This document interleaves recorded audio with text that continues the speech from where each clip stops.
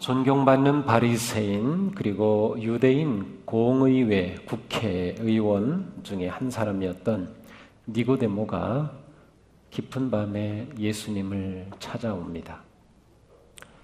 이 니고데모는 예수님을 멀찍이서 보면서 많은 생각을 합니다.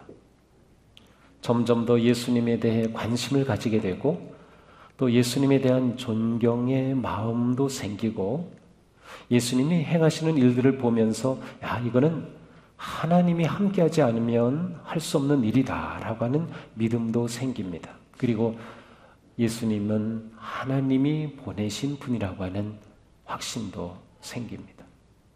그렇게 되면서 이 니고데모는 어느 날 밤 예수님과 이야기하기 위해서 예수님을 찾아왔습니다. 아마도 밤에 왔다고 하는 것은 그가 알려져 있는 그런 공적인 인물이기 때문에 조용히 예수님을 찾아온 것일 수도 있고, 또 유대인들은 어떤 깊은 이야기를 하고 토론을 하는 것은 밤에 하는 그러한 습관이 있었기 때문에 그러한 문화를 따라서 밤에 예수님께 온 것일지도 모릅니다. 자, 그런데 이렇게 찾아온 니고데모가 뭔가 예수님께 할 말이 있었는데 그 말을 채 꺼내기도 전에 니고데모가 예수님에 대해 주님은 하나님이 보내신 분입니다, 이렇게 인사를 하고 난 후에 예수님이 곧장 아주 중요한 말씀을 건네십니다. 누구든지 다시 나지 아니하면 하나님의 나라를 볼 수 없다.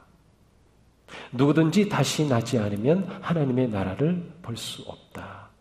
자, 그런데 이 말씀이 니고데모는 쉽게 이해가 되지 않았습니다. 아니, 다시 난다니요? 성인이 어떻게 다시 날 수 있습니까? 어머니 태에 들어갔다가 나올 수 있습니까? 라고 물어요. 그러자 예수님이 대답하십니다. 누구든지 물과 성령으로 나지 아니하면 하나님 나라에 들어갈 수 없다. 너는 이스라엘의 선생이면서 이것도 모르느냐? 그리고 바로 오늘 우리가 읽게 된 14절로 이어집니다. 모세가 광야에서 뱀을 든 것 같이 인자도 들려야 한다. 그것은 그를 믿는 사람마다 영생을 얻게 하려는 것이다. 예수님께서는 니고데모에게 거듭남, 중생, 다시 태어남에 관한 말씀을 던지셨어요. 그런데 다시 태어난다고 하는 이 단어는 수동태입니다. 내가 태어나는 것이 아니라 누군가에 의해 아니면 무엇에 의해서 내가 태어나지는 거예요. 그러니까 거듭난다라고 하는 것은 내가 거듭났다 이렇게 말하는 것은 좀 이상한 거예요. 누가 나를 거듭나게 해주셨다, 아니면 무슨 일로 내가 거듭나게 되었다, 이렇게 표현하는 게 맞는 거죠. 니고데모는 예수님의 이 말씀을 육체적으로 이해했어요. 그래서 어떻게 성인이 다시 태어날 수 있겠습니까? 라고 물었지만 예수님의 말씀은 영적인 말씀이었습니다. 사람은 다 생명을 가지고 태어납니다. 이 생명은 육체의 생명입니다. 그래서 우리는 오늘도 숨을 쉬면서 우리의 육체가 살아있습니다. 그러나 우리는 육체적인 존재만이 아니라 하나님께서 우리에게 하나님의 형상을 담아주셨고 우리를 영적인 존재로 만들어 주셨어요. 예수님께서 말씀하신 것은 우리의 육체가 아닌 우리가 영으로 거듭나는 것을 말씀하신 거예요. 그래서 예수님은 물과 성령으로 우리가 거듭날 수 있다고 말씀하셨습니다. 예수님은 이 거듭남에 대해 말씀하시면서 문득 모세 시대의 구리뱀 이야기를 꺼내십니다. 이 이야기는 민수기 21장에 나오는데 이스라엘 백성들이 모세의 인도에 따라서 이집트를 탈출하여서 호르산을 지나 홍해 길을 가던 중에 모세를 보고 원망합니다.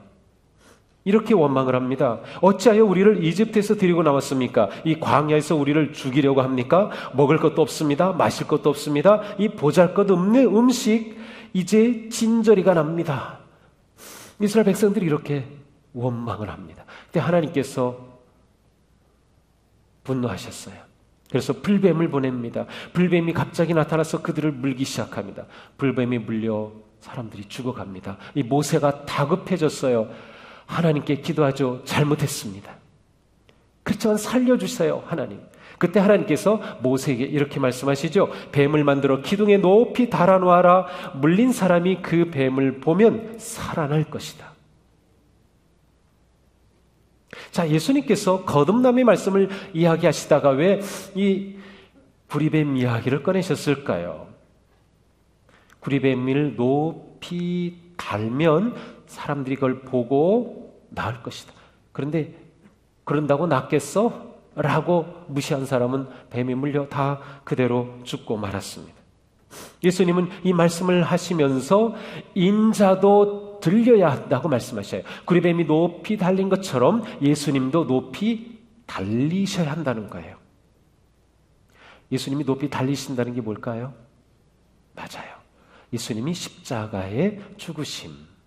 그러니까 거듭남과 예수님의 십자가의 죽으심을 예수님께서 연결하고 계십니다.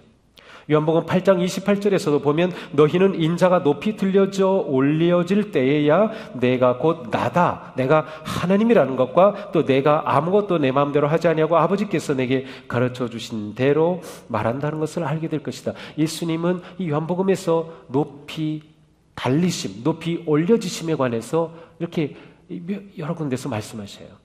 그러니까 예수님이 높이 달리신다는 것은 십자가의 죽으심, 올려지신다는 것은 부활하시고 승천하심을 나타냅니다. 높이 달린 구리뱀을 보면 살아날 수 있었듯이 십자가에 달리신 예수님을 바라보고 믿음을 갖게 되면 그 사람도 구원을 얻을 것입니다. 그러므로 예수님은 이렇게 놀라운 말씀을 선언하십니다. 우리가 너무도 잘 아는 말씀. 하나님이 세상을 이처럼 사랑하사 독생자를 주셨으니 이는 누구든지 그를 믿는 자마다 멸망하지 않고 영생을 얻게 하려 하심이니라. 마틴 루터는 이 말씀을 복음서 안에 담긴 복음이라고 그랬어요. 모든 성경의 메시지에 한 구절로 요약하라고 하면 아마 이 말씀으로 요약할 수도 있어요. 예수님은 거듭남에 관한 이야기를 시작하시면서 높이 달리실 예수님의 죽음을 말씀하시고 이것이 하나님의 놀라운 뜻임을 말씀하고 계셔요. 하나님이 세상을 이처럼 사랑하사. 근데 이 원래 이 성경에서는 이처럼 하나님이 세상을 사랑하셨다고 됐어요. 이처럼이 앞에 나와 있어요. 이처럼 이것은 무엇이에요? 앞에 주신 말씀과 뒤에 주신 말씀을 이어주는 거죠. 앞에 주신 말씀 이처럼 이렇게 된다. 이처럼이 뭐예요? 예수님이 십자가에 달리셔서 죽으시는 그 엄청난 사건을 통해 보여주신 것처럼 그렇게 그 사랑으로 독생자를 주셨다고 말씀하는 거죠. 우리의 생명은 어디에서 왔을까요? 우리의 생명의 근원은 무엇일까요? 우리는 어디에서 와서 어디로 갈까요? 성경은 분명하게 가르쳐 줍니다. 우리의 생명의 근원은 하나님이십니다. 하나님이 우리를 지으셨어요. 하나님은 창조의 주, 생명의 하나님이셔요. 그래서 우리의 생명은 하나님으로부터 왔어요. 하나님께서 사람을 지으실 때는 그냥 지으신 것이 아니에요. 하나님은 사랑 안에서 사랑으로 사랑을 위하여 우리를 지으셨어요. 하나님이 우리를 지으셨다. 그냥 만드시고 후 해서 생명체가 된 것이 아니라 하나님은 우리를 사랑 안에서 사랑으로 사랑을 위해서 우리를 지으셨어요. 이게 빠지면 하나님이 우리 지으신 것이 도대체 의미가 없어요. 우리는 하나님의 사랑 때문에 만들어진 존재. 우리는 하나님의 사랑 때문에 살아가는 존재, 우리는 하나님과 사랑하기 위해 만들어진 너무도 복된 존재라고 하는 것이에요.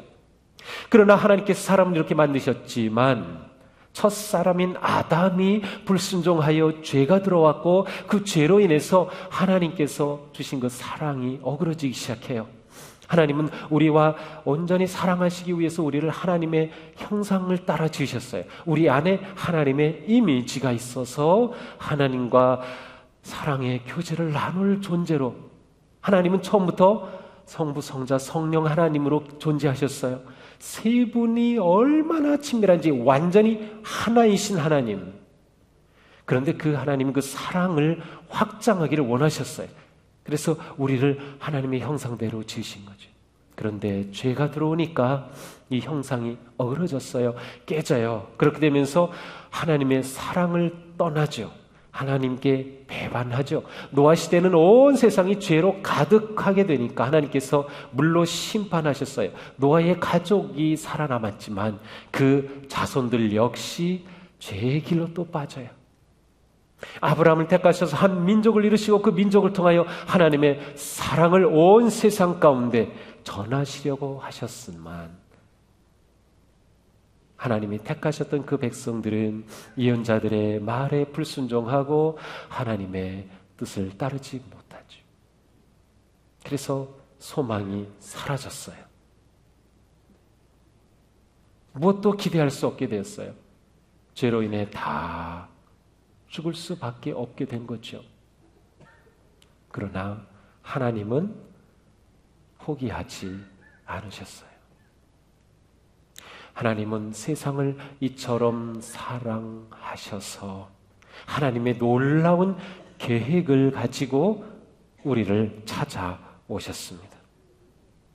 우리를 찾아오신 하나님, 그분이 바로 예수 그리스도예요. 그래서 하나님께서는 그를 믿으면, 예수님을 이 땅에 보내주심으로 누구든지 그를 믿으면 구원을 받아 멸망치 않게 하신 거죠. 이것이 우리를 향한 하나님의 놀라운 사랑의 계획이었습니다.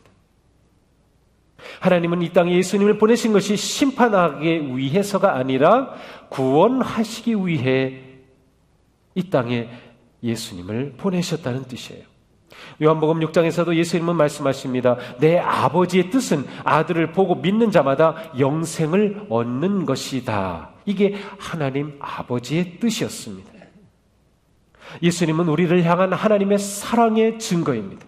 우리는 십자가를 볼 때마다 하나님의 사랑을 보는 것입니다. 우리는 십자가를 찬송할 때마다 하나님의 사랑을 찬송하는 것입니다. 하나님은 사랑으로 우리를 지으셨고 사랑으로 우리에게 아들 예수님을 보내셨어요. 하나님이 이처럼 우리를 사랑하셨습니다. 우리가 사순절을 지내면서 십자가를 묵상하고 예수님을 묵상하면 할수록 무엇을 깨닫는가 하면 그 속에 담긴 하나님의 사랑을 깨달아요. 예수님을 묵상할수록 하나님의 사랑이 떠올라요. 십자가를 바라볼수록 하나님의 사랑이 그 안에 아름답게 나타납니다. 그러므로 요한은 이렇게 말씀하죠. 우리는 하나님이 우리에게 베푸시는 사랑을 알았고 믿었습니다. 하나님은 사랑이십니다. 사랑 안에 있는 사람은 하나님 안에 있고 하나님도 그 사람 안에 계십니다. 하나님은 이처럼 우리를 사랑하셨습니다. 그런데 하나님께서 이처럼 우리를 사랑하신 방식이 참으로 놀랍습니다. 우리를 이처럼 사랑하셔서 아들을 보내주셨는데 하나님께서 우리를 사랑하신 방법은 그 아들이 십자가에 높이 달려 죽는 것이었어요. 십자가에 달려 죽는 것이 우리를 향한 하나님의 사랑의 방식이었어요. 하나님은 사랑의 하나님이시지만 동시에 의로우신 하나님이시죠. 의로우신 하나님은 우리의 죄를 보시고 모른 채 하실 수가 없어요. 의로우면 반드시 죄에 대한 대가가 있어야죠. 벌을 받아야죠. 그런데 그 죄의 벌은, 죄의 결과는 죽음밖에 없어요. 우리를 사랑하신 하나님은 그렇게 우리를 죽음으로 내버려 두실 수가 없는 거죠. 그래서 사랑 가운데 예수님을 보내주셨어요. 예수님이 십자가에서 죽으신 것은 우리가 죄로 죽어야 할 대가를 대신 지불하신 거예요. 십자가에서 우리를 위한 유월절 어린 양의 제물로 달리셔서 우리의 죄의 값을 지불하신 거죠. 이것이 하나님의 사랑의 방식이에요. 그러니까 우리를 향한 하나님의 사랑은 바로 십자가의 그 고통과 죽음이라고 하는 엄청난 방식을 선택하신 것이었습니다. 그러므로 사도 바울은 말하죠. 우리가 아직 죄인이었을 때에 그리스도께서 우리를 위하여 죽으심으로 하나님께서 우리에게 주시는 사랑을 확증하셨습니다. 우리가 아직 죄인이었을 때에, 우리가 의로운 게 아니에요. 죄인이었을 때에 하나님께서 아들을 보내주셔서 죽으심으로 우리에 대한 하나님의 그 사랑을 확실하게 보여주신 것이에요. 하나님께서 이렇게 우리를 위해 아들을 십자가에 높이 달려 죽게 하셨는데 이것으로 구원이 저절로 이루어진 것이 아니에요. 한 단계가 남아있어요. 하나님께서 우리를 사랑하신 방식이 있다면 하나님께서 우리를 구원하신 방식이 있어요. 이는 그를 믿는 자마다 멸망하지 않고, 누가? 믿는 자. 무엇을 믿어요? 예수님이 나를 위해 십자가에 달려 죽으셨다. 이것이 하나님의 사랑의 확증이다. 그것을 믿으면 그 사람은 죄로 인해 죽음이 아닌 영원한 생명을 얻는 그런 복된 존재가 된다는 거죠. 이것은 무엇을 말해요? 하나님께서는 이 놀라운 생명을 거저 주셨어요. 그 생명을 얻기 위해서 우리가 무엇을 해야 되는 게 아니에요. 우리가 어떤 선행을 해야 그 대가로 하나님의 주시는 영생을 선물로 받는 게 아니에요. 선물은 거저 주는 게 선물이죠. 선물은 거저 주는 거예요. 우리는 거저 하나님께서 주시는 그 영생을 받아서 예수님이 우리에게 주신 사랑의 선물이에요. 그런데 그 선물을 받는다고 하는 것은 곧 믿는다고 하는 것이에요. 그것을 믿으면 그것이 내 것이 되는데 믿지 않으면 내게 주신 그 엄청난 선물이 나하고는 상관이 없어요. 선물이 내 것이 아닌 거죠. 그래서 예수님께서는 이렇게 믿지 않은 자는, 그를 믿는 자는 심판을 받지 아니하는 것이요 믿지 아니하는 자는 하나님의 독생자의 이름을 믿지 아니함으로 벌써 심판을 받은 것이니라. 하나님의 사랑은 우리에게 엄청난 선택을 주셨어요. 믿을 것이냐 믿지 않을 것이냐입니다. 이것이 우리가 왜 믿음 생활하면서 믿음을 이야기하느냐를 잘 드러냅니다. 우리는 오늘의 말씀을 보면서 우리는 내 자신이 누구인지를 깊이 생각하게 됩니다. 아, 나는 누구인가? 내가 이렇게 귀한 존재였던가? 하나님이 나를 사랑 가운데 사랑을 위해 만드셨다고? 죄로 인해 내가 이미 죽은 자인데 하나님께서 나를 이처럼 사랑하셔서 나를 위해 아들을 보내주셨다고? 그 아들이 높이 십자가에 달리신 것은 내 죄의 대가를 대신 지불하신 것이라고? 내가 그것을 믿으면 나에게 죄의 형벌이 사라지고 영원한 생명이 선물로 주어진다고? 내가 그 하나님의 사랑을 믿으면 나는 엄청난 존재가 되는구나. 세상을 구원하러 오신 예수님은 십자가의 죽으심과 부활을 통해 구원의 길을 활짝 열어 놓으셨던 것입니다. 내가 이 예수 그리스도를 믿음으로 이처럼 너무도 소중한 존재가 되었구나. 바울은 하나님의 놀라운 사랑과 구원의 신비를 이렇게 선포합니다. 여러분도 전에는 허물과 죄로 죽었던 사람들입니다. 그때 여러분은 허물과 죄 가운데서 세상의 풍조를 따라 살고 공중의 권세 잡은 통치자 곧 지금 불순종의 자식들 가운데서 작용하는 악한 영을 따라 살았습니다. 그러나 하나님은 자비가 넘치는 분이셔서 우리를 사랑하신 그 크신 사랑으로 말미암아 범죄로 죽은 우리를 그리스도와 함께 살려주셨습니다. 그리고 말씀합니다. 여러분은 믿음을 통하여 은혜로 구원을 얻었습니다. 여러분은 믿음을 통하여 은혜로 구원을 얻었습니다. 이것은 여러분에게서 난 것이 아니요 하나님께서 주신 선물입니다. 그러므로 아무도 자랑할 수 없습니다. 예수 믿는다는 것, 우리가 하나님의 자녀된다는 것, 그것은 이처럼 엄청난 선물을 가진 자에 된 거예요. 하나님께서 우리에게 주신 예수님을 선물로 받은 사람. 그 선물은 나에게 영생을 주는 선물, 내게 참 진리를 주는 선물, 내가 참 빛 가운데 살아갈 길을 밝혀주는 선물. 이 놀라운 선물을 우리가 받은 것이죠. 사도 바울의 이 말씀은 바로 예수님의 요한복음 3장 16절의 말씀을 자신의 믿음으로 고백한 것이며 새롭게 우리에게 증거하는 것입니다. 그러므로 우리의 믿음의 삶의 초점은 내가 무엇을 하는 것이 아니라 하나님께서 그리스도 안에서 이루신 그 십자가에 있는 것이에요. 그를 믿는다라고 하는 이 표현은 그분 안에서 믿는다는 의미가 있고, 또한 믿는다고 하는 이 단어는 순간으로 끝나버린 단어가 아니라 지속적으로 계속되는 과정의 믿음을 말합니다. 이 믿는다는 것은 계속되는 동사입니다. 진행되는 동사입니다.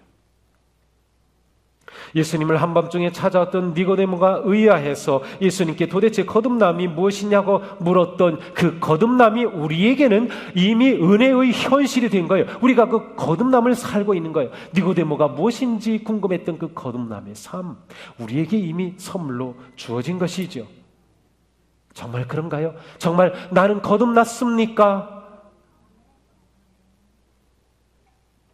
자신이 없으세요? 거듭났습니까? 이게 확실해야 돼. 확실해야 돼.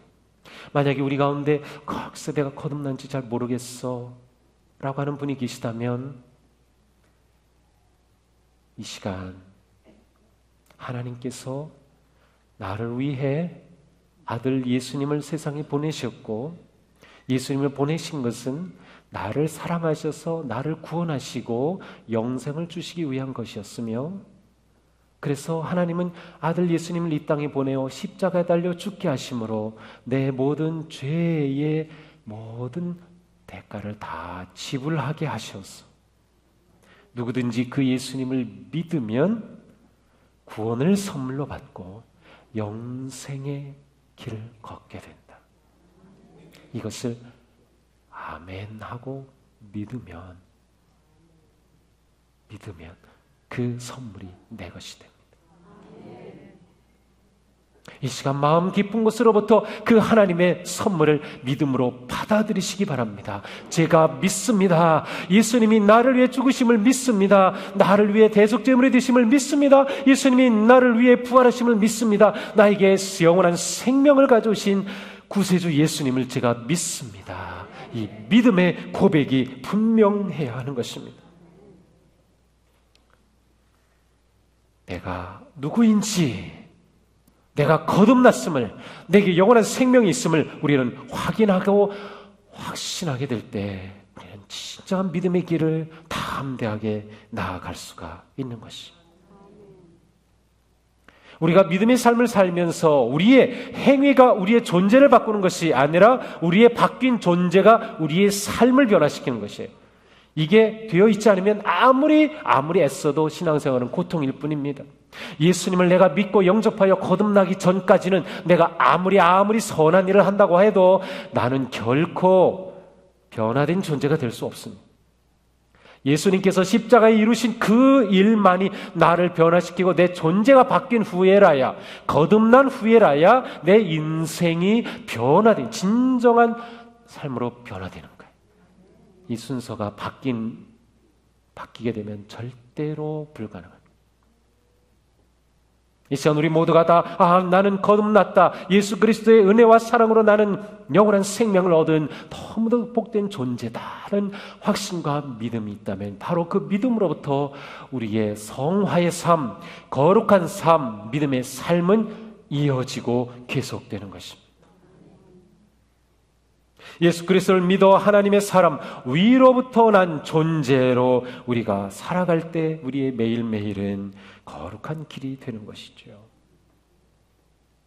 그러므로 우리는 끊임없이 내 존재를 확인해야 합니다. 나는 그리스도 안에 있는지, 나는 하나님의 그 사랑 안에 있는지, 나는 지금 내 믿음의 길이 바로 그 놀라운 십자가의 사랑으로 인해 걷는 길인지를 확인하는 것이죠. 우리가 이렇게 예배하는 것은 무엇입니까? 내가 누구인지를 계속 확인하는 것입니다. 하나님 앞에서 내가 누구인지를 고백하는 것입니다. 하나님이 나에게 이처럼 사랑하사 주신 그 은혜와 사랑을 계속 찬양하고 인정하는 것입니다. 예수님을 믿어 영생을 얻은 성도는 생명의 길을 걷고 진리의 길을 걷고 빛의 길을 걷습니다. 우리의 믿음은 동사이며 과정입니다. 거듭남은 완성이 아니라 시작입니다. 우리가 정말로 거듭났다면 다 완성한 것처럼 그렇게 살면 안 됩니다. 나는 거듭났기 때문에 거듭난 삶을 이제는 성화를 향해 부단히 애쓰며 나아가는 삶이에요. 내가 행위로 나의 구원을 얻을 수 있는 건 아니지만 내가 예수님을 믿어 구원을 얻었기 때문에, 거듭났기 때문에 우리는 선한 삶을 살아야 하고 그렇게 살아갈 수 있고, 성령님 안에서, 그리고 우리는 성령님 안에서 하나님의 온전하신처럼 우리도 온전한 삶을 향해 나아갈 수 있는 것, 이게 우리의 믿음의 삶입니다. 세상이 흔들리고 답답하여도 우리는 언제나 하나님 안에서 이 하나님의 사랑을 감사하고 의지하며 살아갈 수 있습니다. 우리는 더 이상 죄 가운데 머물러 있으면서 그것이 드러날까 두려워하지 말고 예수님의 이 놀라운 십자가 앞으로 나와서 담대하게 주님 앞에 내 삶을 내어드리며 주님께서 우리를 사랑하여 주신 그 사랑을 믿음으로 받아들이고, 그리고 빛의 세계에서 우리의 거룩한 삶으로 하나님의 영광을 드러냅니다. 하나님의 그 사랑을 증거하는 삶을 살아가는 너무도 복된 존재들입니다. 우리의 이 사순절 기간이, 또 이 한 주간 우리의 삶이 구원받은 자, 거듭난 자, 영생을 지닌 자, 하나님의 사랑을 온몸에 가득 받은 자, 그리스도의 그 엄청난 은혜 안에 거하는 자, 그러한 내 모습을 아름답게 그리며 담대하게 어떤 상황에서도 내 정체성이 흔들림 없이 나는 믿음의 사람인 것을 드러내며 아름다운 승리의 믿음의 걸음을 걷는 우리 모두가 되기를 주님의 이름으로 축복합니다. 기도합니다.